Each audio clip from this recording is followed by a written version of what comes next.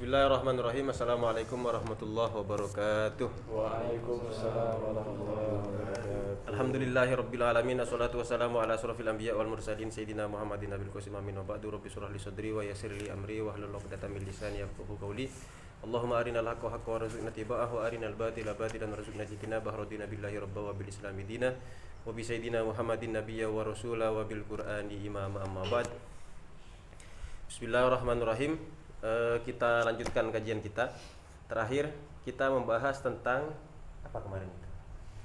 Kesimpulan, epilog. Oh ya, kesimpulan terkait dengan hukum akal ya.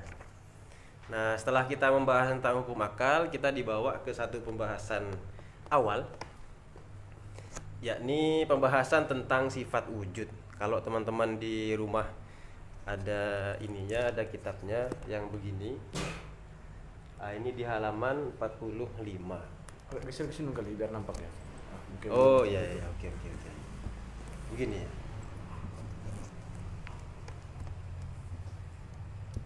Udah kelihatan?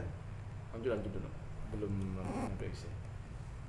Oke, seperti biasa nanti kita baca dulu, kemudian nanti di di tengah-tengah pembacaan tadi kita akan selipkan penjelasannya. Bismillahirrahmanirrahim. Qala al-mu'allifu rahimahullahu ta'ala bihi wa nafa'ana bihi wa bi ulumihi wa madana fi madadihi wa anwarihi fid darin. Amin. Amin. Bismillahirrahmanirrahim. Al-awwal minas sifatil wajibati lahu ta'ala. Halo. Sifat pertama yang wajib bagi Allah Ta'ala ialah al-wujud, sifat wujud. Jadi Allah itu punya satu sifat, yakni yang disebut dengan sifat wujud. Nah, bagian lucunya ini setelah ini, waktalafa. Imam Fudholi langsung menyajikan kita tentang perbedaan para ulama. Nggak dijelaskan wujud itu apa, begini begitu, tapi nanti dijelaskan oleh beliau di akhir. Tanpa basa-basi ya berarti. Tanpa basa-basi itu, to the point beliau itu. Nah, waktalafa fi maknahu. Ada perbedaan tentang makna sifat wujud. Faqala ghairul imam al-Asy'ari wa man tabi'ahu. Pendapat yang pertama yaitu pendapat yang muncul dari para ulama selain Imam Asy'ari dan pengikut-pengikutnya.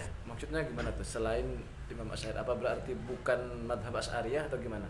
Ya tetap Asy'ariyah tetap. Cuman dalam hal ini beberapa ulama itu berbeda pendapat dengan Imam Asy'ari. Tapi masih Asy'ariyah. Masih Asy'ariyah. Nanti kok bisa begitu? Gimana ceritanya? Kayaknya ini di akhir itu nanti bukan di sini kayaknya. Di kitab yang lain itu dijelaskan bahwa kita sebagai umat Islam itu tidak harus sibuk dengan perkara mana yang lebih benar pendapat Imam Asy'ari atau yang selain Imam Asy'ari. Karena itu enggak wajib. Yang wajib itu adalah menetapkan bahwa Allah itu ada, sudah begitu. Maksud saya begini, ketika dikatakan di sini ghairul Imam Asy'ari, apakah berarti bukan dari kalangan Ahlus Sunnah, bukan dari kalangan tetap Ahlus Sunnah, tetap Ahlus Sunnah. Jadi Asy'ariyah juga. Iya. Jadi dalam bisa gitu. Mungkin audien kan ada yang belum paham. Misalnya iya. Syafi'iyah tapi berbeda dengan pendapatnya Imam Syafi'i. Misalnya, atau Asy'ariyah madhabnya adalah madhab Imam Asy'ari, tapi berbeda dengan Imam Asy'ari. Kok bisa tetap disebut Asy'ariyah itu? Nah, kenapa kok mereka tetap disebut Asy'ariyah? Itu karena dalam persoalan usul mereka itu sama. Dalam persoalan usul. Usul. Usul itu gimana maksudnya? Usul itu maksudnya dalam persoalan-persoalan yang inti mereka itu sama, tidak ada perbedaan. Tapi ketika kita melihat misalnya ada perbedaan-perbedaan pendapat, itu pasti bukan dalam persoalan usul, tapi dalam persoalan furu'. Furu itu apa ya kalau diterjemahkan? Cabangnya lah. Cabang. Kok enggak enak kalau diterjemah cabang itu. Pengurus cabang gitu ya. Iya. Wilayah. Teringat dengan organisasi tertentu. Hampir semua organisasi kayaknya ada cabang-cabang gitu. Oke, pendapat yang pertama tentang makna wujud ini datang dari para ulama selain Imam Asy'ari. Di sini istilahnya umum sekali ya, selain Imam Asy'ari itu. Nah, apa kata mereka? Al-wujud hiyal halul wajibatul lidzat madamatid dzat. Jadi wujud itu adalah hal. Hal itu kondisi yang wajib bagi zat madamatid zat selama zat itu ada. Artinya selama zat itu ada, maka wujud itu ada. Terus makna dari wujud itu apa? Hal, kondisi. Yang disebut dengan hal itu apa? Kondisi itu apa? Nanti setelah ini kita bacakan. Wa hadhil hal la ta'allalu bi illatin. Sementara hal ini adalah sesuatu yang tidak disebabkan. Nah, apa yang dimaksud dengan tidak disebabkan setelah ini dijelaskan oleh beliau. Udahlah tanpa basa-basi itu kan. To the point beliau itu, dan dijelaskan nanti yang dimaksud dengan hal itu apa, kemudian yang dimaksud dengan hal itu tidak disebabkan oleh yang lain itu bagaimana. Wa makna kaunuha halan, sementara makna bahwa wujud itu hal adalah annaha lam tartaki ila darajatil mawjud hatta tusyahad. Yang disebut dengan hal itu adalah sesuatu yang tidak naik ke derajat maujud hatta tusyahid hatta tusyahid, sehingga dia bisa dilihat atau disaksikan. Nah, istilah atau penjelasan hatta tusyahid ini menjadi istilah yang penting. Walam tanhatto, sebelum itu, kenapa kok menjadi istilah yang penting? Karena nanti Imam Asy'ari kalau tidak salah menjelaskan bahwa tidak ada sesuatu yang dia itu menjadi pertengahan antara maujud dengan ma'dum. Ya. Nanti dijelaskan lagi itu. Yang dimaksud di sini adalah hatta tusyahad. Pertengahan itu yang dimaksud adalah tidak bisa disaksikan, sehingga bisa disaksikan. Nah, sementara hal itu adalah sesuatu, saya ulangi, yang tidak naik ke derajat maujud hatta tusyahid, sampai dia bisa disaksikan atau bisa dilihat. Walam tanhatto ila darajatil ma'dum hatta takuna adaman mahdon. Hal itu juga di samping tidak bisa naik ke derajat maujud sehingga bisa dilihat, juga tidak bisa turun ke derajat ma'dum sehingga dia adamun mahdon, sama sekali tiada. Bal hiya wasitatun bainal maujud wal ma'dum. Tetapi hal itu adalah pertengahan antara maujud dengan ma'dum. Biar bisa lebih paham, kita kasih contoh. Misalnya wujud itu kan artinya ada. Misalnya HP ada, laptop ada, kemudian mic ini ada, meja ada, rokok ada, dan benda-benda sekeliling kita katakan ada. Pertanyaannya, yang disebut ada itu apa? Apakah ada itu punya bentuk tertentu, sebagaimana misalnya ini korek. Sebagaimana korek misalnya. Korek itu kan bentuknya begini. Kalau kita tanya ada itu seperti apa, dia tidak memiliki wujud tertentu sehingga bisa disaksikan atau bisa dilihat. Kemudian ada ini juga tidak bisa dikatakan murni tiada. Nah, terus bagaimana? Ribut perkara ada. Terus bagaimana statusnya ada ini? Statusnya ada itu wasitatun bainal maujud wal ma'dum. Dia ada di pertengahan. Mau dibilang ada sehingga bisa dilihat juga nggak bisa. Dikatakan ada itu tiada, ma'dum juga nggak bisa. Terus bagaimana solusinya? Tengah-tengah. Ada itu di tengah-tengah. Nah, coba kita pikirkan tadi itu. Bentuknya ada itu seperti apa itu? Ada nggak bentuknya? Apakah bentuknya itu ada misalnya begitu? Tidak sebagaimana misalnya korek. Korek itu bagaimana ya? Begini. Tapi kalau ada itu bagaimana? Nah, itu nggak bisa dilihat di satu sisi, tapi juga tidak bisa kita katakan tiada, murni di sisi lain.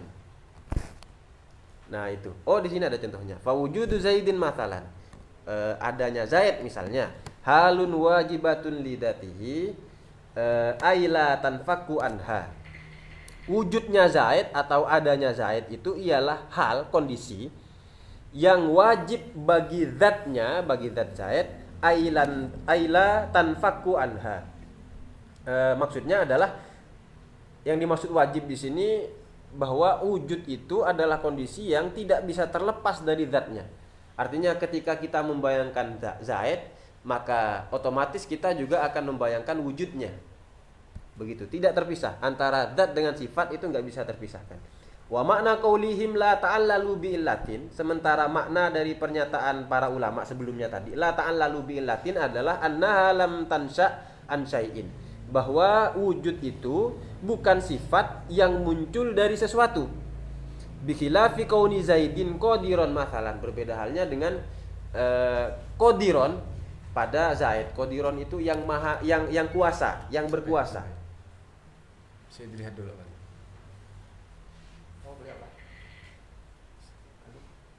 Sambut dulu. Oh ya, disambut dulu.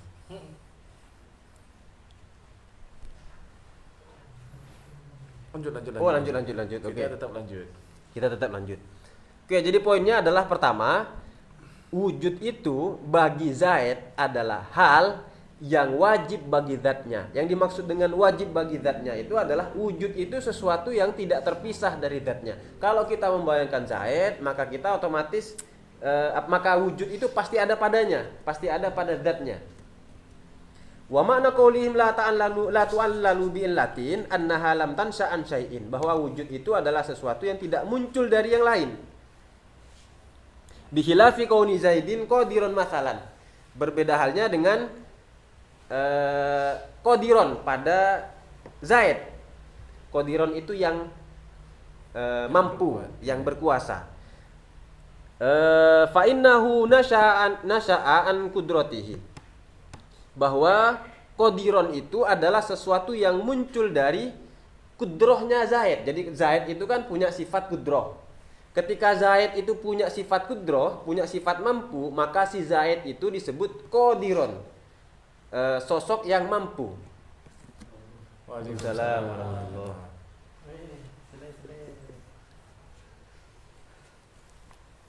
Hujan. Tarik. Nah, kita lanjut ya. Faqaunu Zaidin qadiran mathalan wa wujuduhu halani qaimani bidzatihi ghairu mahsusaini bihasatin minal hawasil khamsi. Adanya qadiran pada Zaid dan wujudnya, jadi ada wujudnya Zaid, ada kemudian tadi contohnya itu adalah qadiron, adalah halani qaimani, dua hal yang menetap keduanya bidzatihi pada zatnya Zaid ghairu mahsusaini, keduanya tidak bisa terindra bihasatin minal hawasil khamsi, dengan salah satu dari 5 panca indera. Nah, jadi kalau qadiron itu sesuatu yang muncul dari sifat kudroh. Kalau Zaid punya sifat kudroh, maka Zaid itu otomatis qadiron, begitu. Jadi qadiron itu sesuatu yang muncul dari kudroh.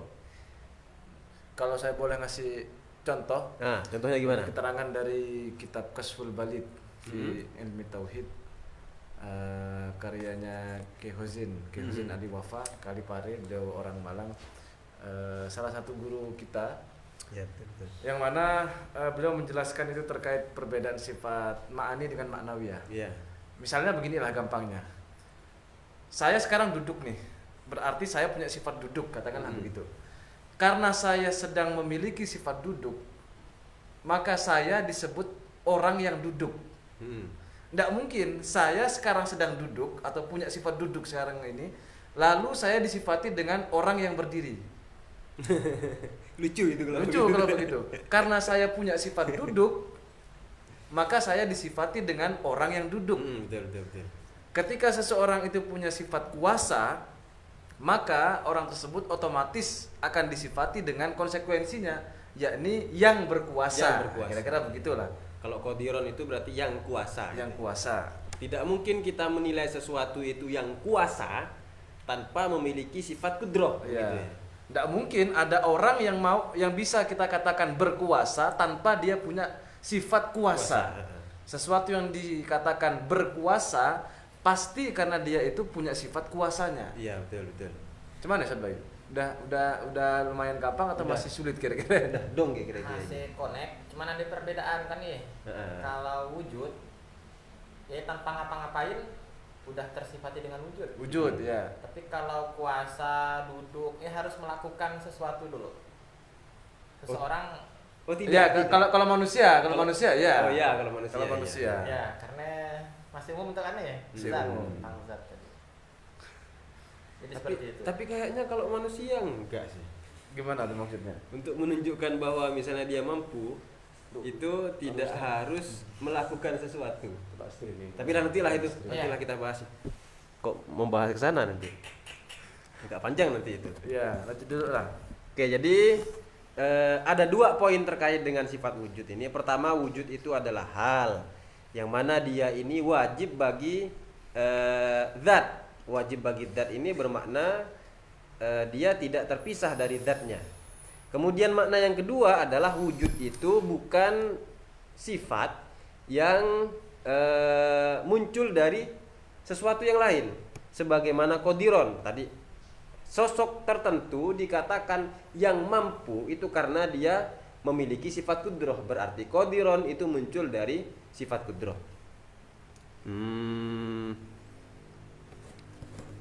Oke, kita lanjut. Illa annal awal lahu illatun yansha'u anha wa hiya al-qudrah. Hanya saja untuk yang pertama ini yang dimaksud adalah qadiron illatun yansha'u anha wa hiya qudrah. Dia itu muncul dari sesuatu yang lain, dari illat yang lain yang kemudian disebut dengan qudrah. Jadi qadiron itu muncul dari qudrah, kira-kira begitu. Sementara wathania yang kedua ini adalah qudrah la illata lahu, atau wujudlah dalam hal ini. Itu tidak muncul dari sesuatu yang lain. Wa hadza dhabitun lil halin nafsiyah. Itu adalah kaidah dari halun nafsiyah. Wa kullu halin qaimatin bidzatin ghayra muallalatin bi illatin tusamma sifatun nafsiyah. Sifatan. Tusamma sifatan nafsiyah. Nah, semua hal yang qaimah itu menetap atau menempel lah boleh kepada zat ghayra muallilatin biillatin, yang tidak disebabkan oleh yang lain, tusamma sifatan nafsiyatan. Dia dinamai dengan sifat nafsiyah. Sifat nafsiyah itu sifat yang menunjuk pada dirinya sendiri atau zat itu sendiri. Masih panjang ini. Inti dulu lah, kita bahas intinya dulu. Oke, bahas intinya. Wahia allati la ta'qilu dzat biduniha ay la tatasawwaru dzat bil akli wa tudraku illa bi sifatihan nafsiyah. Yang disebut dengan nafsiyah itu adalah sesuatu yang selalu ada bersama dengan dzat. Ay la tatasawwaru dzat bil akli wa tudraku illa bi sifatiha an-nafsiyah. Zat itu bisa dipahami oleh akal dan bisa juga diketahui hanya dengan adanya wujud atau sifat nafsiyah tadi. Artinya begini, ketika wujud itu ada, maka zat itu ada. Keberadaannya itu tidak bisa terpisah. Katahayyuzi, nah ini contohnya, katahayyuzi lil jurmi. Seperti materi yang menempati ruang. Artinya kalau kita membayangkan materi, katakanlah membayangkan korek, akal membayangkan keberadaan korek. Ketika akal membayangkan keberadaan korek, maka korek itu pasti meruang. Jadi keberadaan korek dengan kondisi dia yang meruang itu nggak bisa dipisahkan. Sebagaimana wujud dengan zatnya. Selama zat itu ada, maka wujud itu ada. Begitu. Fa innaka in tasawwartahu ani wa adraktahu adrakta annahu mutahayyizun. Ya, kalau kita menggambarkan atau memahami tentang apa tadi itu, jirim itu, maka kita akan memahami dia sebagai sesuatu yang bertempat. Wa ala hadzal qaul wa huwa kaunul wujud halana. Berdasarkan pendapat ini bahwa wujud itu adalah hal, kondisi. Apa selain kondisi itu? Keadaan, ya, keadaan, kondisi atau keadaan. Fadatullahi ta'ala ghairu wujudihi. Zatnya Allah itu bukan wujudnya. Jadi wujud itu satu hal, zatnya itu hal yang lain. Fadawatul hawadis ghairu wujudatihi. Sementara zat semua makhluk itu bukan wujudnya. Pun juga ada makhluk, tidak hanya berlaku pada Allah tapi juga berlaku pada makhluk. Berdasarkan pendapat yang pertama, bahwa wujud itu satu hal, zat itu hal lain, baik pada Allah ataupun pada semua makhluk. Nah, itu pendapat yang pertama.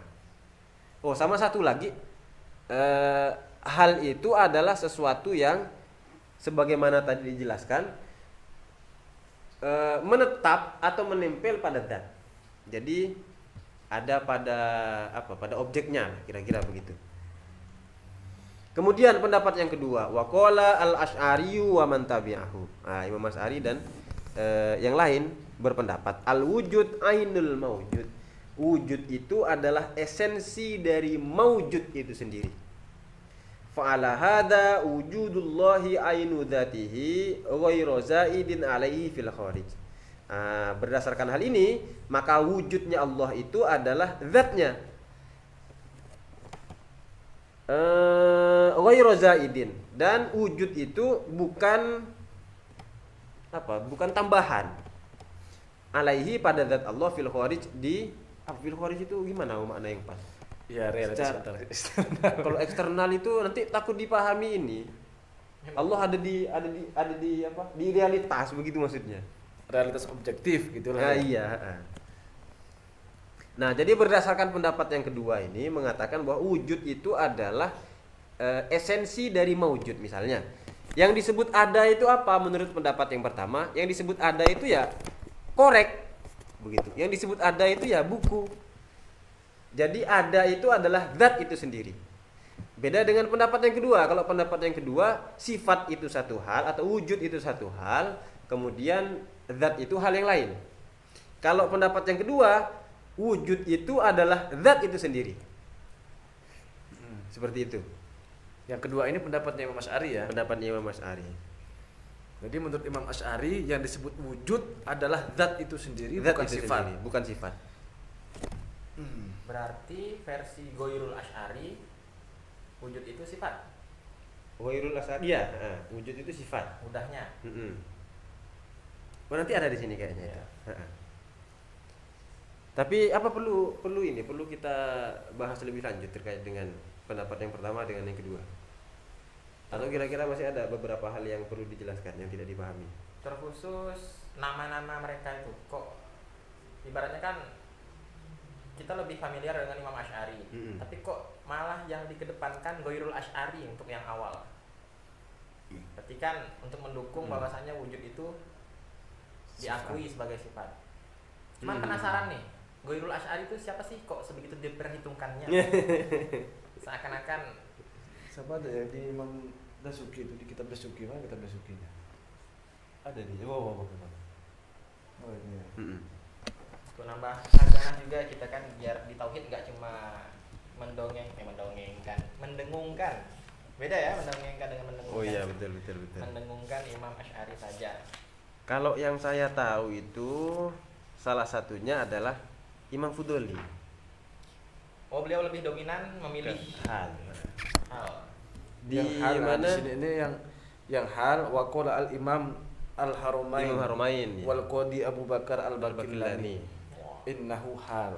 Jadi salah satu atau beberapa ulama yang berpendapat bahwa wujud adalah hal adalah Imamul Haramain, gurunya Imam Ghazali, dan juga Al-Qadi Abu Bakar al-Baqillani. Berarti pendekar ya, bukan gila-gila gitu. Pendekar. Karena kan Goiru larinya ke gila gitu. Pendapat yang enggak jelas sumbernya dari mana gitu ya. Iya, ternyata kuat. Bisa dicek nanti oleh Ustaz Bayu. Oh iya. Kanan, pojok kanan bawah. Halaman sekian. Halaman sekian. Oh, mana Ar-Razi nanti beda lagi ya? Iya, Ar-Razi beda lagi. Tapi di sini kalau di kitab Kifayatul Awam itu yang dijelaskan cuma dua hal sama Ainul Maujud. Nah, kenapa kok Amrun I'tibar tidak jelaskan? Kayaknya ini asumsi pribadi. Kayaknya kalau kita lihat dari pendapat yang mengatakan bahwa wujud itu adalah amrun i'tibar itu kan hasil dari penafsiran pendapat Imam Asy'ari. Ada yang menerima pendapat Imam Asy'ari ini secara dhahir, maksudnya wujud itu adalah maujud, sudah, titik sampai di situ. Sementara sebagian yang lain mencoba untuk mentakwil. Yang dimaksud dengan ainul maujud ini apa? Yang disebut dengan ainul maujud itu adalah dia itu bukan sifat tambahan. Nah, amrun i'tibar itu kan bukan sifat zaidah itu kan. Bukan sifat zaidah. Jadi bisa dibilang amrun i'tibar itu adalah percabangan dari ainul maujud, hasil dari takwil terhadap pendapatnya Imam Asy'ari. Kayaknya ada sih di Dasuki itu. Iya. Kalau mau ditampilkan semua, nggak salah di situ ada 5 apa 6 itu. Wujud itu apa? Ada 5 atau 6 pendapat itu di situ. Yang pertama hal, yang pertama hal, yang kedua ainul maujud, yang ketiga amrun i'tibar, dan lain-lain di situ ada itu. Untuk ini, kenapa Imam Asy'ari berpendapat begitu? Apa perlu dijelaskan? Sesuai dengan kitabnya aja lah. Sesuai ya, biar tidak melebar ya. Biar tidak terlalu melebar dulu. Oke. Baru kemudian kita ngobrol-ngobrol seputar ini. Iya. Oke, jadi pendapat yang pertama mengatakan wujud adalah hal, kemudian pendapat yang kedua mengatakan wujud adalah ainul maujud. Yang mengatakan ainul maujud adalah Imam Asy'ari, sementara ghairul maujud itu masih Asy'ariyah. Masih Asy'ariyah, betul. Jadi jangan dikira, saya tadi takut ada beberapa pendengar yang mengira yang dimaksud ghairul Asy'ari atau selain Imam Asy'ari itu adalah di luar mazhab Asy'ari. Saya takut berasumsi seperti itu orang-orang. Mu'tazilah misalkan. Mu'tazilah atau Wahabi misalnya. Iya betul. Kubu sebelah itu ya, tetangga. Oke, kita lanjut ini ya, dikit lagi kok. Wa ala hada la yadhharu addul wujud sifatan. Nah, berdasarkan pendapat yang kedua, maka jelaslah bahwa wujud itu tidak terhitung sebagai sifat. Iya. Kenapa? Li'annal wujud ainud dzat wa sifat ghairud dzat. Alasannya adalah karena wujud itu adalah maujud itu sendiri. Karena ada itu adalah zat itu sendiri atau benda itu sendiri. Gampangnya begitu kalau kita contohkan dengan korek. Contohkan ke korek. Korek ya. Wasifat ghairud dzat. Sementara sifat itu selain zat. Artinya kita pemahaman kita tentang zat dan pemahaman kita tentang sifat itu berbeda, begitu maksudnya. Jadi sifat itu satu hal, wujud itu satu hal, zat itu hal lain. Menurut pendapat yang pertama. Menurut pendapat yang kedua, wujud adalah zat itu sendiri. Bikhilafi alal qaulil awal. Tadi wujud itu tidak terhitung sebagai sifat. Makanya dengan penjelasan ini maka kita bisa mengetahui bahwa sifat yang wajib bagi Allah menurut Imam Asy'ari itu ada 12. Ada 12. Sifat wujud tidak terhitung sebagai sifat. Dari kidam sampai kalam ya. Iya. Kemudian sifat maknawiyah qadiran muridan aliman hayyan samian basiran dan seterusnya itu tidak terhitung sebagai sifat. Kenapa? Karena keberadaannya itu sudah niscaya ada. Artinya ketika Allah punya sifat kudrah, maka sudah pasti Allah itu qadiran. Jadi nggak perlu dijelaskan begitu. Wah, berarti penyandaran ajaran sifat wajib 20 ini ke Imam Asy'ari tanda kutip dong. Tanda kutip maksudnya? Bukan ajaran Imam Asy'ari begitu. Bukan ajaran Imam Asy'ari maksudnya. Iya, enggak, itu tetap ajaran Imam Asy'ari. Maksudnya adalah Imam Asy'ari tetap mengamini qadiran muridan dan seterusnya. Cuman itu nggak perlu dijelaskan begitu. Kenapa? Karena kalau Allah itu punya sifat kudrah, pasti sudah qadiran, jadi nggak perlu dijelaskan lagi. Meskipun sebagian ulama lain memilih untuk menjelaskan kaunuhu qadiran muridan dan seterusnya itu. Kenapa kok perlu dijelaskan? Untuk mengkritik atau membantah pendapat Mu'tazilah. Kata Mu'tazilah itu kan Allah berkuasa dengan zat-Nya. Allahu qadirun bi qudratihi. Nah, bi qudratihi itu. Wa qudratu dzatuhu kan begitu Mu'tazilah. Iya. Ajaran-ajaran itu kita iakan, tetap diiakan oleh Imam Asy'ari. Cuman secara pelabelan lugotan. Satu paket sifat 20 nih kayaknya bukan beliau lah ya. Karena yang mengamini sifat sampai 20 itu ya Ghairul Asy'ari malah. Iya. Kalau sepemahaman saya sih begini. Jadi kenapa kok tetap dikatakan kita nih ya misalnya mengatakan sifat wajib Allah 20 dan itu adalah madhab Asy'ariyah kan begitu. Begitu maksudnya. Mazhab Asy'ariyah masih oke. Oke, terus Diksi mazhab Asy'ariyah masih oke. Tapi untuk menjadikan pelopor pencipta pembatasan. Oh, ya sudah selesai tadi di awal. Iya. Ya. Iya, tidak bisa disandarkan kepada Imam beliau. Asy'ari. Karena memang tidak ini. Bisa kita bayangkan begini kan di awal-awal Imam Asy'ari ini kan masih katakanlah peletak batu pertama dari metodologi akidah yang sistematis kan begitu. Iya.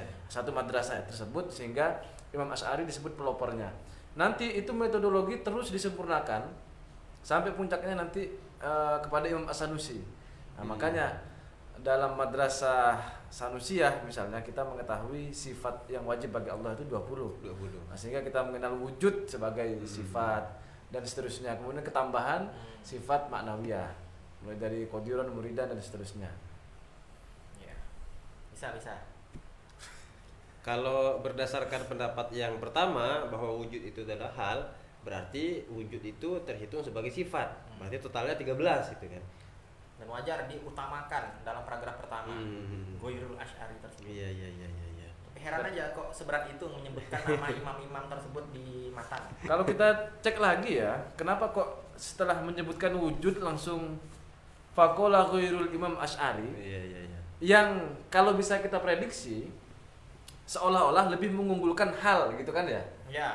Nah, itu yang paling pertama terbesit di awal pikiran. Iya. Dan kita lihat di awal beliau kan mengatakan latar belakang penulisan kitab ini, kemudian cara penulisan atau metodologinya mengikuti Imam Sanusi. Imam Sanusi, iya betul. Nah, berarti kan memang madrasahnya Sanusiyah. Sehingga yang lebih didepankan adalah wujud itu sebagai sifat. Bukan sebagai zat. Mungkin itu alasannya kenapa kok di sini didahulukan faqala ghairul Imam Asy'ari. Oke.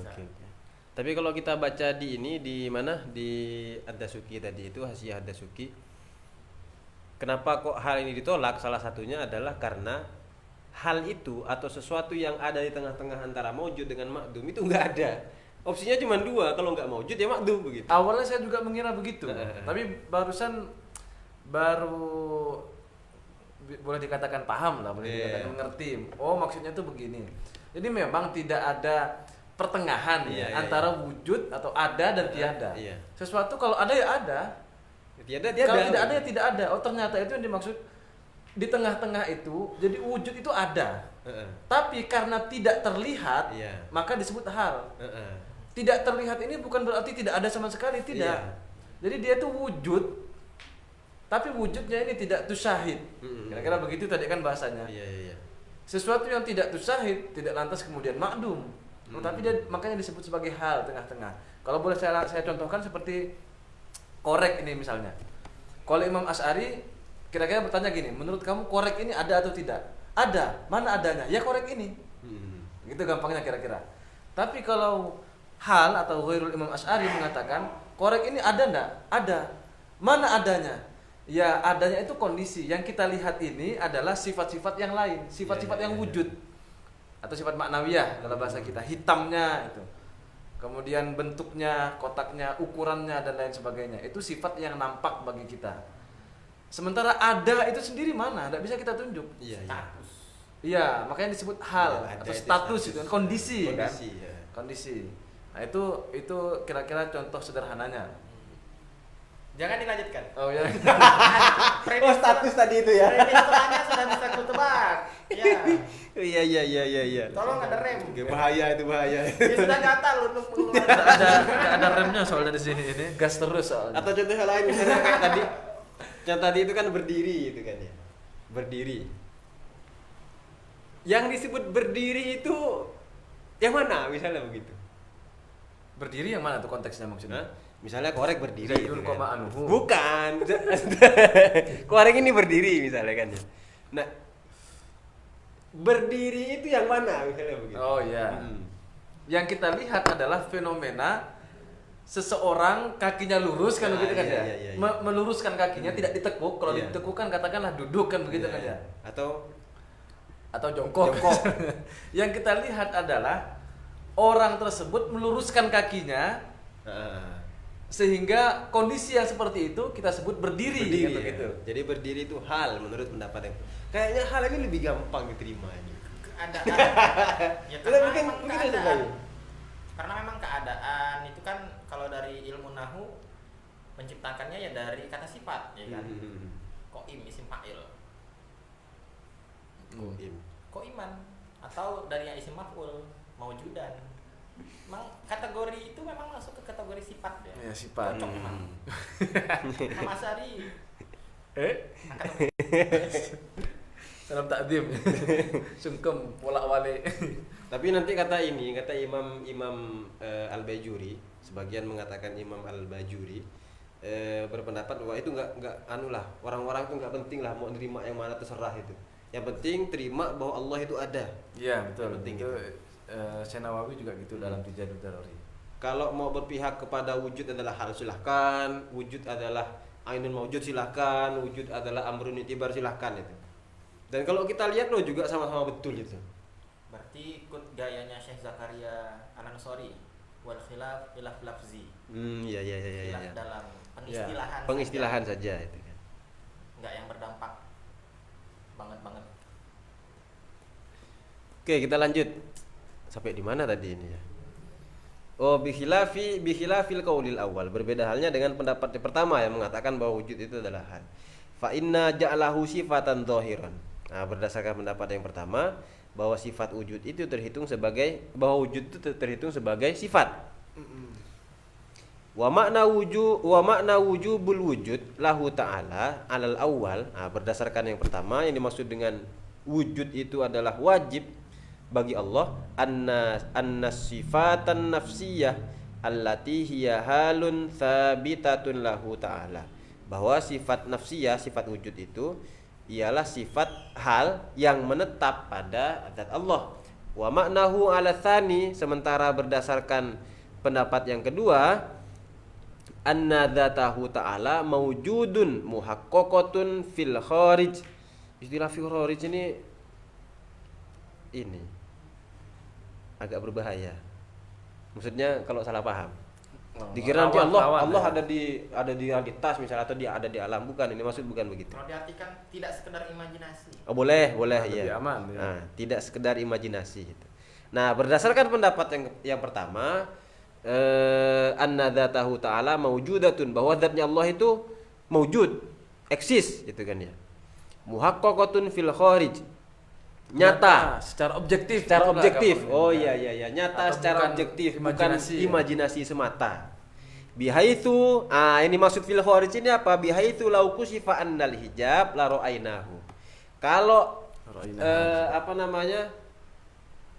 ra'ainaha. Oke.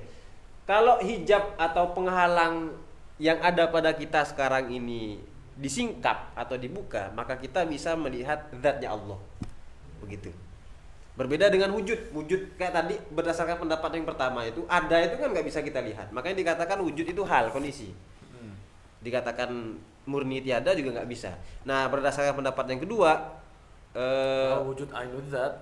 Wujud ainud zat itu adalah keberadaan Allah itu nyata adanya. Yang dimaksud nyata adanya itu adalah sekiranya Allah membuka hijab kita, maka kita bisa melihat zatnya Allah. Zatnya Allah. Keberadaannya itu maksudnya. Karena kan ada itu kan zat itu sendiri. Di sini ada. Fadatullahi ta'ala muhaqqaqatun. Zatnya Allah itu ya nyata. Illa annal wujud ghairu. Lianna annal wujud ghairu 'alal awwal. Ghairuha 'alal awwal. Wa hiya huwa 'ala tsani. Hanya saja wujud ialah selain zat berdasarkan pendapat yang pertama. Ini kesimpulannya. Hanya saja wujud itu menurut pendapat yang pertama itu adalah selain zat. Jadi sifat itu satu hal, zat itu hal yang lain. Wahia, sementara zat huwa ala tsani. Sementara zat itu adalah wujud itu sendiri. Sementara wujud itu adalah zat itu sendiri berdasarkan pendapat yang kedua. Nah, itu perbedaan di kalangan para ulama. Dua saja yang disajikan di sini. Barangkali ada tambahan. Penyimpulan saja, penyimpulan. Oke. Jadi kesimpulannya adalah pertama, wujud itu artinya ada. Makna dari ada itu apa? Para ulama berbeda pendapat. Yang pertama mengatakan wujud adalah hal, kondisi. Yang disebut kondisi itu apa? Adalah sesuatu yang tidak bisa dikatakan mewujud sampai dia bisa dilihat. Ada itu bagaimana bentuknya kan nggak bisa. Nah, hanya karena dia tidak bisa dilihat bukan berarti dia dikatakan murni tiada. Nah, terus bagaimana statusnya? Statusnya adalah wasitotun, itu ada di tengah-tengah antara mewujud dengan makdum berdasarkan pendapat yang pertama. Kemudian sebagai konsekuensinya dari pendapat yang pertama ini, maka sifat wujud ini terkategorikan atau terhitung sebagai sifat. Wujud ini terhitung sebagai sifat. Dan itu pendapat Ghairul Asy'ari. Lebih tepatnya tadi Imam Al-Baqillani. Haramain sama Imam Al-Baqillani. Kemudian yang kedua, berdasarkan pendapat Imam Asy'ari bahwa wujud itu adalah ainul mawjud. Ada itu apa? Ya korek itu sendiri, ya buku itu sendiri, ya laptop itu sendiri, dan seterusnya. Nah, berdasarkan yang kedua, sebagai konsekuensinya adalah bahwa wujud itu tidak terhitung sebagai sifat. Walhasil, sifat yang wajib bagi Allah ada 12. Nah, dengan demikian, kalau ada orang yang mengatakan sifat yang wajib bagi Allah ada 12 juga benar, berarti mengikuti Imam Asy'ari. Yang mengatakan bahwa sifat wujud itu ada 13 juga benar, berarti mengikuti para ulama yang mengamini wujud sebagai sebagai sifat. Kemudian yang mengatakan bahwa sifat yang wajib bagi Allah ada 20, ya berarti mengikuti Imam Sanusi, ya begitu saja. Narasumber milih yang mana ini kira-kira? Kalau saya yang lebih gampang diterima itu hal. Iya, saya lebih cenderung ke hal. Kalau beliau lebih cenderung ke setelah paham tadi hal tibar. Apa enggak tibar? Tapi tidak dijelaskan di sini ya, amal itu ya. Nanti kita diskusi di luar inilah, di luar streaming. Oh iya. Karena kan di sini Ustaz Bayu gimana? Ya karena berbackground kan guru bahasa Arab, itu lebih cocok ada ya sifat. Ya kan, karena dia layak menjadi sebuah predikat dari sebuah subjek. Zaid ada di masjid. Nah, berarti ada itu di posisi predikat. Predikat kan berarti kata sifat di antaranya. Mensifati sebuah subjek. Dengan alasan kebahasaan berarti ya? Iya, kebahasaan. berarti hal. Cocok hal. Oke, salaman dulu kita. Ketika itu diartikan sifat. Biar tambahan lain barangkali terkait dengan ini. Karena kadang mungkin dikiaskan lagi selain ya kalau udah sepakat wujud itu sifat. Selain wujud berarti ada sifat lain, misalkan kidam tadi. Nah, kidam tadi apakah bisa kita katakan kidam itu ya ainul kidam, ainul maujud? Kan tidak bisa ya. Karena ya, udah beda banget, udah sifat sama zat tidak bisa kita sama-samakan. Zat ya tempatnya, sifat yang ditempelkan kepada zat tersebut. Ya mungkin kita perlu juga menjelaskan kepada audiens yang lain konsep zat itu apa, sifat itu apa. Menarik sebelum jauh-jauh ke depan. Oh iya, zat ini mumpung awal ya kan. Sifat itu gimana? Soalnya kan begini, pengalaman saya kita mengajarkan ilmu kalam ini kan di mana? Kepada teman-teman di berbagai tempat. Di berbagai tempat. Jadi ketika kita menyebut zat itu tak paham sebenarnya mereka. Zat itu gimana sih? Tak paham. Tapi kalau contohkan misalnya, terus saya tulis nih, manusia, bawahnya Adnan, bawahnya lagi tubuh misalnya. Lalu di sebelahnya Tuhan, Allah, zat. Kira-kira penyamaannya begitulah. Iya. Kalau untuk kita ini adalah manusia yang namanya adalah Adnan, dan Adnan itu punya tubuh. Kalau untuk Tuhan namanya Allah, kemudian Allah itu punya zat. Nah, kalau untuk manusia disebut tubuh, kalau untuk Allah disebut zat. Kenapa kok Allah tidak dikatakan tubuh misalnya? Karena kalau kita lihat tubuh itu sendiri dalam kitab Tahqiqul Maqam ini, tubuh itu berarti susunan-susunan atom. Iya, iya. Dan atom itu jelas materi, benda fisik dia. Manusia kan fisik, tapi Allah bukan fisik. Allah tidak tersusun dari atom-atom. Nah, maka Allah tidak bisa disebut sebagai tubuh. Sehingga kita menyebutnya dengan istilah zat. Zat itu pasti punya sifat. Iya. Zat itu tidak mungkin ada sendirian tanpa sifat. Coba teman-teman bisa membayangkan misalnya korek tapi tanpa sifat-sifatnya. Contoh sifat pada korek ini warna hitamnya, bentuknya, ukurannya, beratnya, itu sifat-sifatnya. Bisa enggak teman-teman di rumah misalnya membayangkan korek tanpa sifat-sifat itu semua? Itu tidak bisa. Pasti korek itu include atau ada di dalam korek itu sifat-sifatnya. Warnanya, bentuknya, ukurannya, beratnya, dan lain sebagainya. Dan kita mengetahui korek itu dari sifat-sifatnya. Dan kita mengetahui korek ini sebenarnya dari sifatnya. Kita melihat korek ini berwarna hitam, itu sifat. Bentuknya seperti ini, itu sifat juga.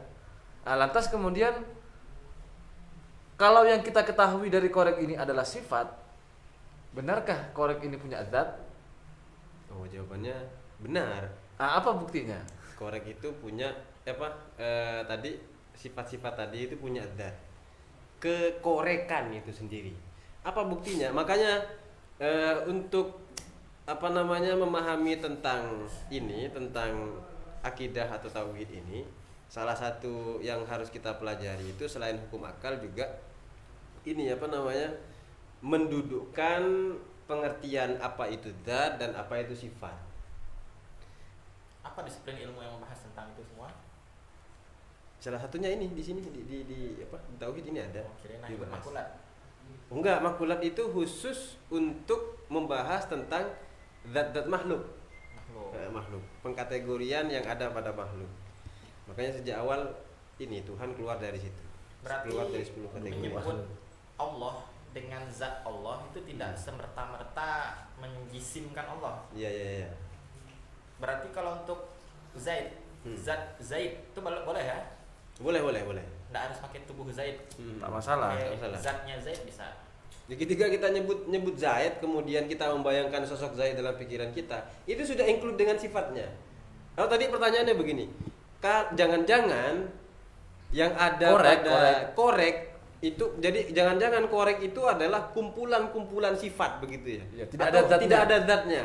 Nah, bagaimana cara kita membuktikannya? Kita kemarin sudah pernah menyinggung sedikit di pembahasan terakhir itu. Misalnya kita membayangkan putih tanpa kemudian melekat pada sesuatu yang lain, entah tembok, entah barang, bahkan air misalnya, itu nggak bisa. Kalau kita membayangkan putih itu pasti melekat pada entah tembok, atau melekat pada kertas, melekat pada apalagi air. Yang mana kertas air kemudian tembok itu zat. Kadang ada yang menjawab gini, bisa Ustadz, apa contohnya? Cat warna putih. Padahal cat itu sendiri kan sebenarnya air ya. Iya. Yang mana warna putih melekat pada zat air itu.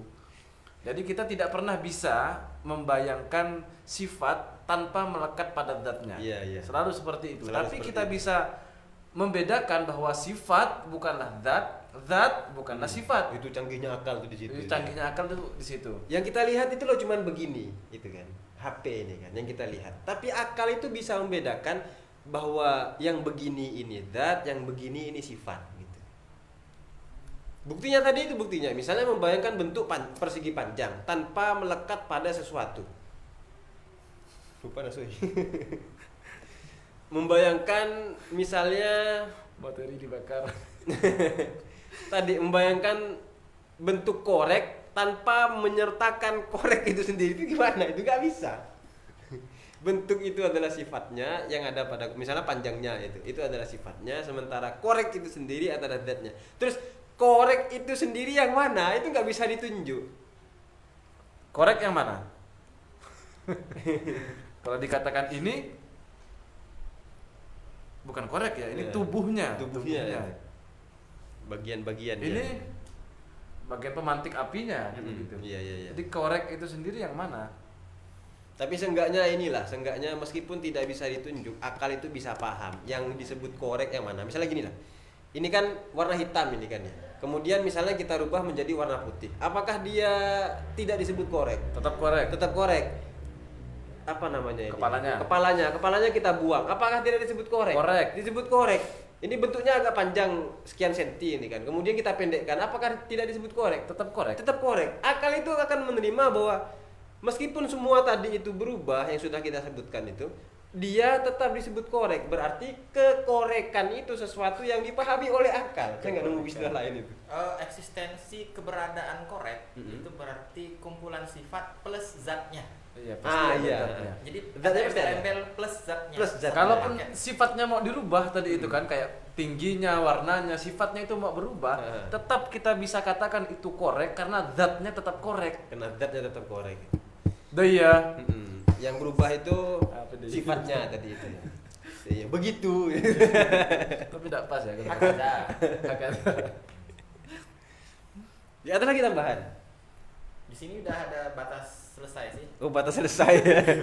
Kecuali ditambah. Kita belum bahas tentang dalilnya ini ya, belum. Belum. Ya? Kayaknya karena sudah berlangsung beberapa menit itu. Berapa menit nih? 50 menit. Aduh, 50 menit. Ini itu. ada yang menyapa nih. Ristiana Risti. Assalamualaikum para ustadz. Oh, bukan saya. Waalaikumsalam warahmatullahi. Ini enggak apa-apa meskipun itu kan salam kita kan jawab, ini, kita jawab saja. Jawab salam. Waalaikumsalam warahmatullahi wabarakatuh. Waalaikumsalam kalau yang sayang. Hati-hati jangan-jangan udah punya suami nanti. Ustadz Bayi. Oh. Oke, sementara itu dulu ya. Ya. Karena sudah tadi 50-an menit. Jadi pembahasan tentang dalil sifat wujud. Apa bukti bahwa Allah itu ada? Jangan-jangan Allah nggak ada misalnya. Kenapa? Karena dia tidak terlihat. Mana Allah, buktinya mana misalnya begitu kan. Nah, di pertemuan selanjutnya kita akan buktikan keberadaan Allah. Oke, itu saja ya barangkali ya. Oke. Kurang lebihnya mohon maaf. Wallahu Mana yuwaffiquna admin ila sabilil anbiya wal mursalin wa ila ma khairi nahdlatil ulama wan nahdin. Assalamualaikum warahmatullahi wabarakatuh. Waalaikumsalam. Alhamdulillah selesai juga.